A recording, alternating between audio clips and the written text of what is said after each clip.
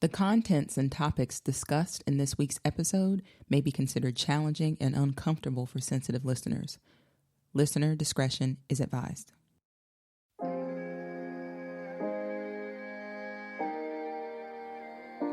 you ready? Let's go.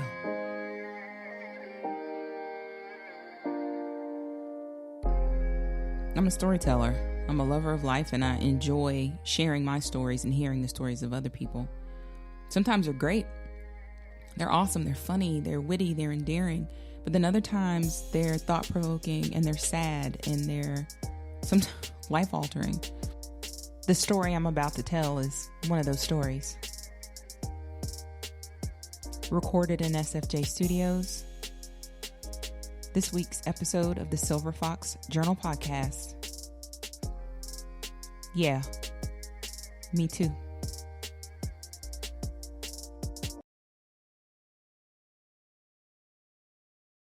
When I was 21, I was raped. Bam, I said it just like that. But I couldn't do that many years ago. The rape was, for all intents and purposes, stored off in a part of my brain that just wasn't ready to let go and discuss it until it was ready to let go and discuss it. That's one of the biggest parts of being a victim of assault, sexual assault, is to be able to find their voice and be able to articulate what happened to them. I was at a Christmas party for the company I was working for at the time, and there was this guy who had been working from another location in another state, another city, back and forth, and over the course of, I'd say, maybe 2 months, we had seen each other, but not dated. I mean, we saw each other at work, and we'd have lunch sometimes, and that was it. We had a Christmas party, and it was a blast. I was 21, and there was some partying going on and some drinking, but by no means was I intoxicated. It was more like I had a couple drinks over a course of several hours, and hey, I drove, so I was trying to be responsible. Nobody wants a ticket, didn't want a DUI. So, in a nutshell, this was a person that I felt comfortable with. They were professional, or so I thought. Educated, if I'm not mistaken at the time, and I don't remember a whole bunch about it, but at the time I remember this person is either in school for his master's or he had just getting ready or had already finished.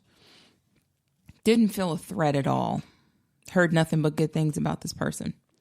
So after the party in this really, really nice hotel, a lot of people, just like most companies do when you're having a holiday party, if they're on the higher end of wanting to pay and compensate their workers and also don't want a whole bunch of their workers getting DUIs, let's be honest, blocked off rooms. Now, I didn't block off room. I didn't take one of the block off rooms because I didn't see the need because I lived in the city and I knew I wasn't going to be drinking.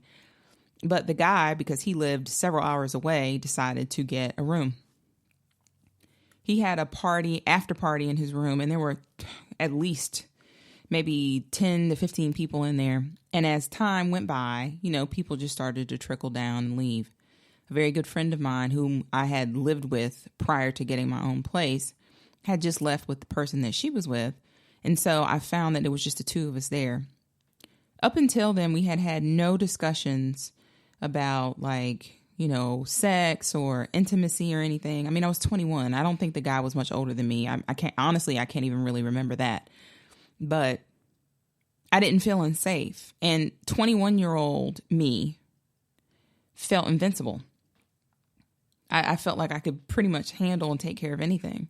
So this man that I felt was confident in his ability to be a good dude, I had no reason to believe that he wasn't. And then the weirdness started. I think I had gone to use the bathroom. When I came out, I didn't recognize that the door was locked and that my keys were missing.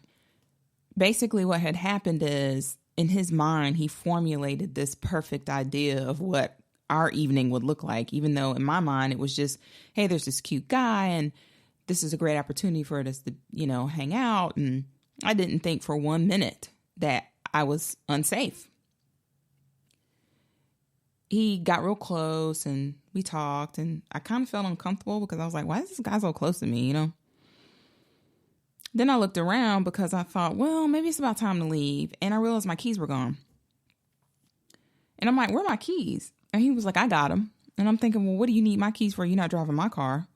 He started to get kind of aggressive, trying to get me to force to kiss me. And I'm like, no, I'm out. I'm about to leave. He was like, no, you're not. And I thought, yeah, I am. Because remember now, I wasn't afraid of anything. No one was going to get the jump on me. I always felt that way. I was a fighter by nature. I am a fighter by nature. So why would I be afraid of this guy? But I will say at that very moment that I realized he was making me feel uncomfortable till I needed to leave, his presence made me aware that I probably wasn't as safe as I thought I was. This guy had to be about maybe 6'4", let's say 240.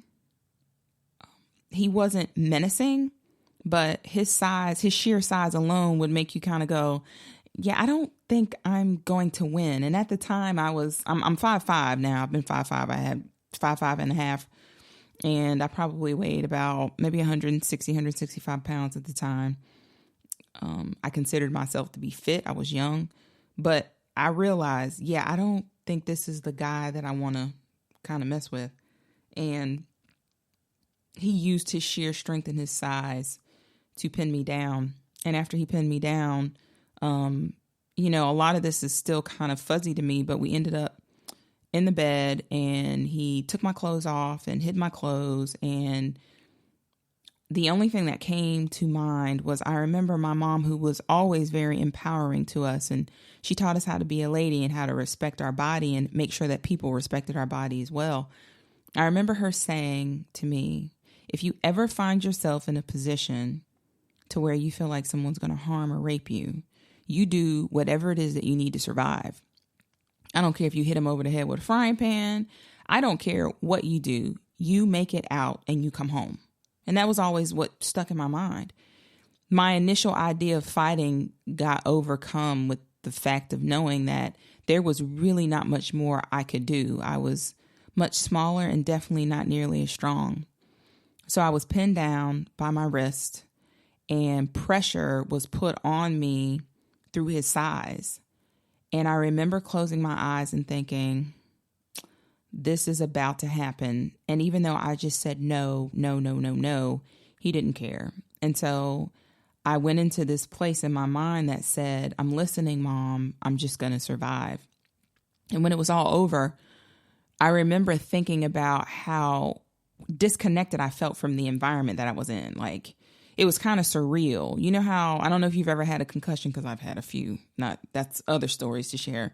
But like sometimes if you get a concussion and you hit your head, the sound changes. It's like everything goes into this tunnel vision and sound. And you're kind of like, what's going on right now? And I was totally disconnected from that. And I remember thinking, now I got to get out. Now, remember, my keys are locked up. He had put them in the safe when I didn't realize it.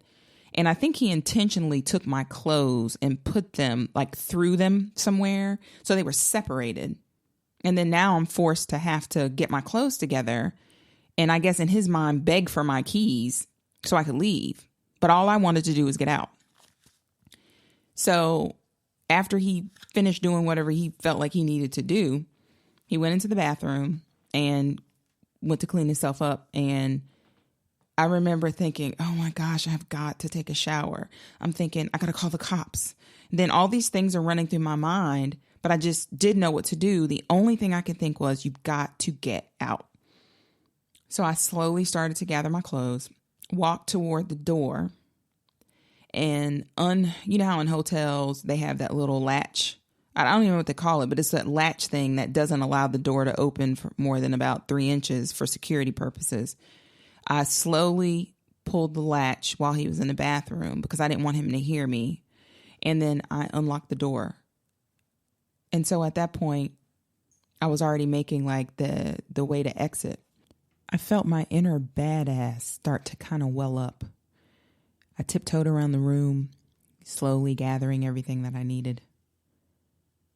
And he steps out of the bathroom. He's completely naked. And he just like miraculously puts my keys on the coffee table. And I start to think, what? Just like that? So now I can leave? And that just made me it made me angry because I felt like I got restricted because you did what you wanted to do. He goes back in the bathroom. And again, by this time he's naked. So in my mind, I'm thinking this is the most vulnerable he'll be around me. While he's naked, he more than likely is not going to chase me once I run. So I'm peeking past the door. I'm looking in. I'm like, is it good? Is it time good? I slowly pick up my keys and I start to laugh. I can hear the toilet flush and I can hear the water run. And he goes, what are you laughing about? And I said, I'm laughing at you. He said, why are you laughing at me? And I said, you think you can do whatever you want to do. And he was like, why would you say that? And I said, I didn't want to have sex with you. He said, oh, of course you did. You know you wanted it. I thought, no. So my inner badass just gets even like angrier. And I said, why would I want anything that you have? And he was like, are you kidding me? I said, no, are you kidding me? He said, what is that supposed to mean?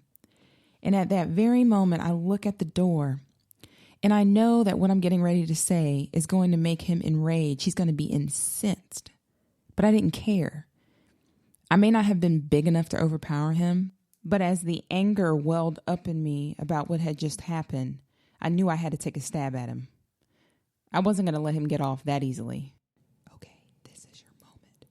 Say what you got to say and run like hell. So I began to laugh. I told him, I said, your dick is whack. He said, what? I said, your sex was terrible and it's small. So, yeah. And you're an asshole. And at that very moment, he goes, what did you say? He's pissed. He looks through the door. He kind of looks down like, I'm naked, but I got to get her.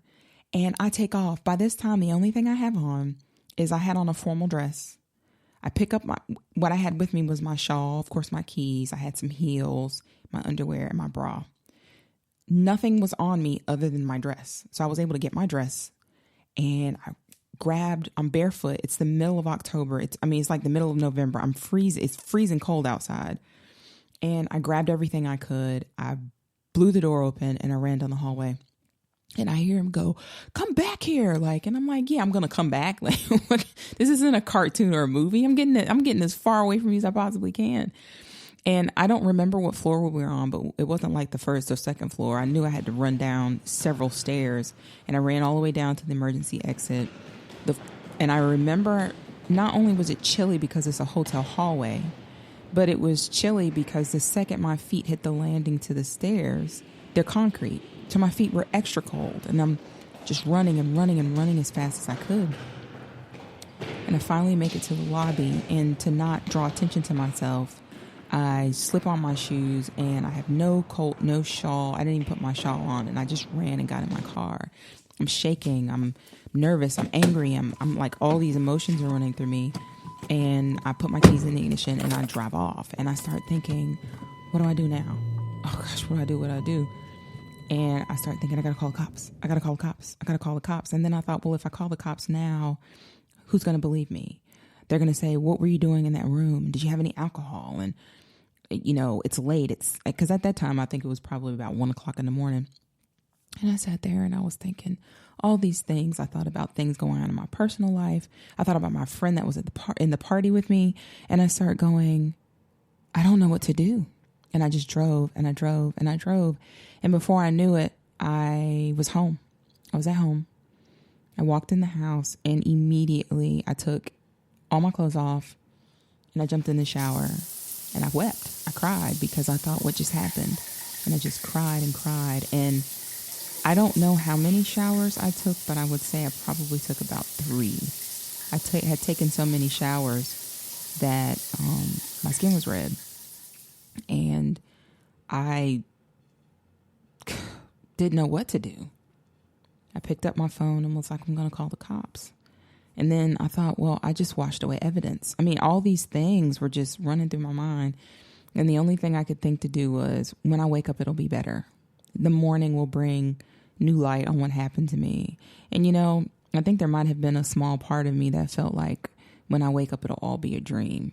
I know that sounds sort of like delusional, but at that point, everything was so disconnected, nothing really made sense. And I didn't really know what to do. An added layer of this was that during this time, my first marriage was over, but we still weren't legally divorced.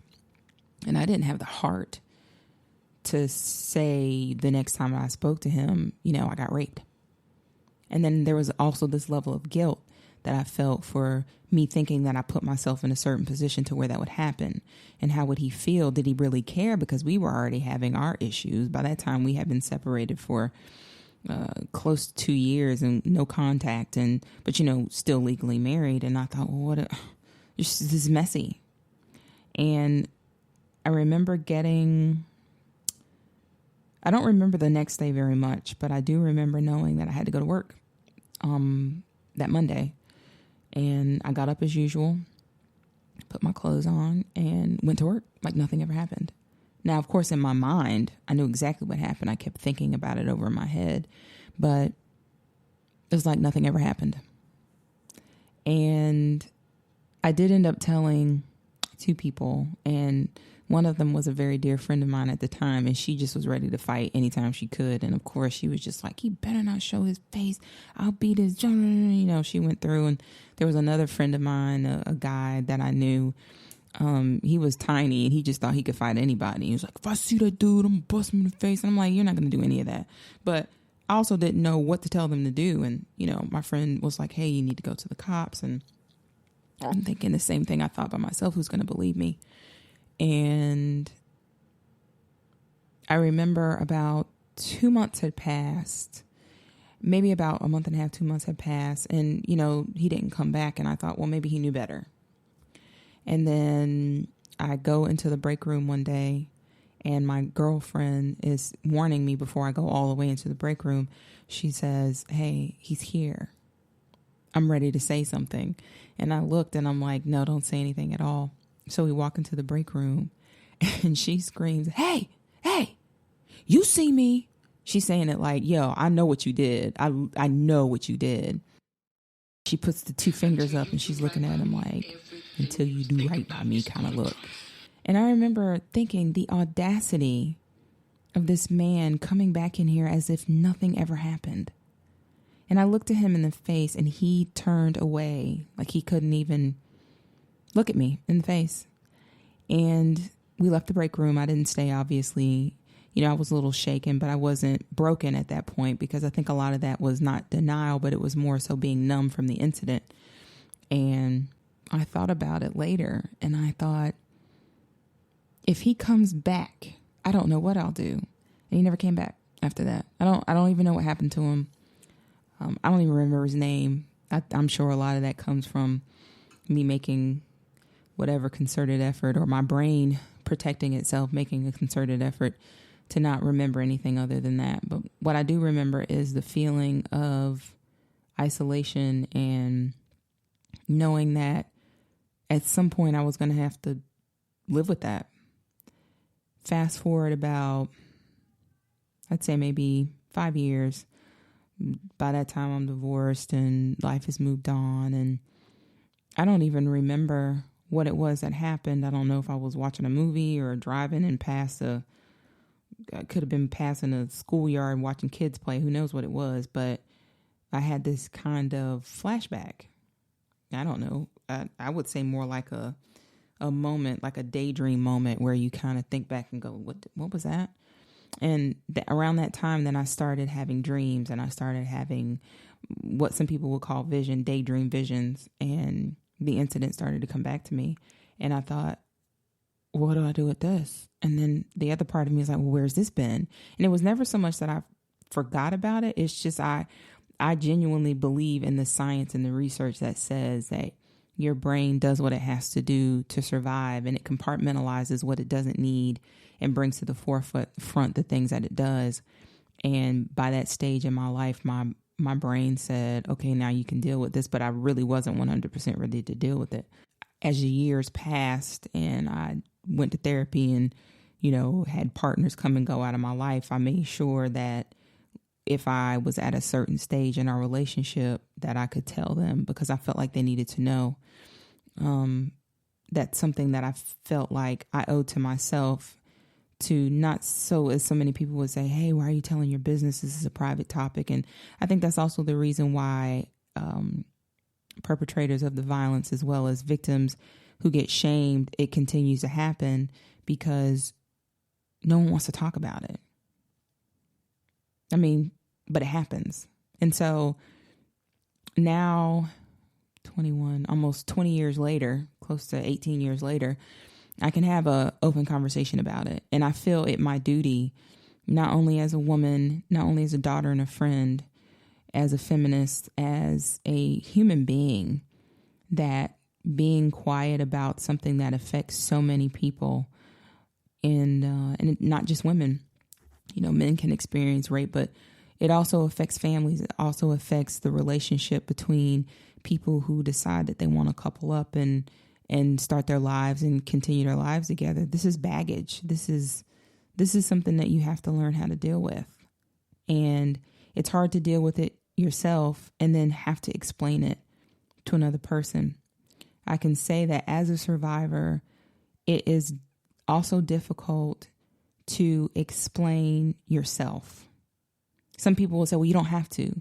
No, but I should be able to without feeling attacked or belittled or minimized. And as you've seen on the news and, dealing with politics, that so many people take it upon themselves to act like it didn't happen. Or, are you sure you remember? Well, what if you're wrong? Or, do you know what this could do to this person's life? And I always, in my mind, I think, well, do you know what it did to my life? Shouldn't we all be able to experience life without the threat of harm, without the idea of knowing that someone feels more empowered or more in control to do what it is that they want to do to you without you having any say in it? Survivors of rape and sexual assault are your neighbors. They're your friends. They're your coworkers.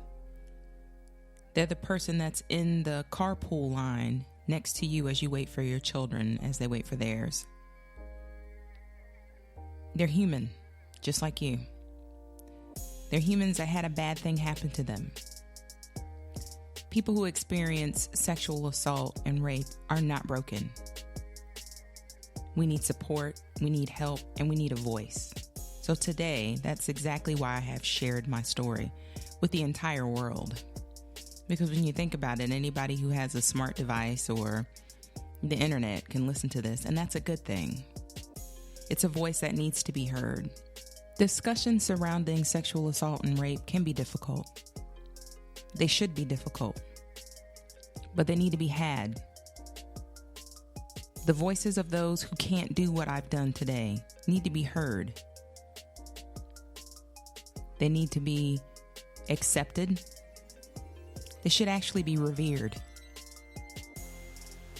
Rape and the idea of the power and control behind it is what makes it pervasive. It's what makes it insidious. It's what makes it stick around, because no one wants to fight the boogeyman. No one wants to lurk in the shadows. But it happens. And so let's be better people. Let's be a better environment, a better community, and support those who've experienced something that can be horrendous, that's life-altering. But there is hope on the other side. We can live fulfilled, happy lives. But we need help. And you can choose to be that help by listening and growing yourself and saying, hey, this makes me uncomfortable, but I want to learn. I want to learn how to support the lady in my neighborhood who got raped, or my sister, or my friend. As usual, thank you for taking this journey with me. You could have spent 25 minutes anywhere else in the world at this time, but you spent it with me, and I'm very appreciative. Stay tuned for next week's episode of the Silver Fox Journal Podcast. Until then.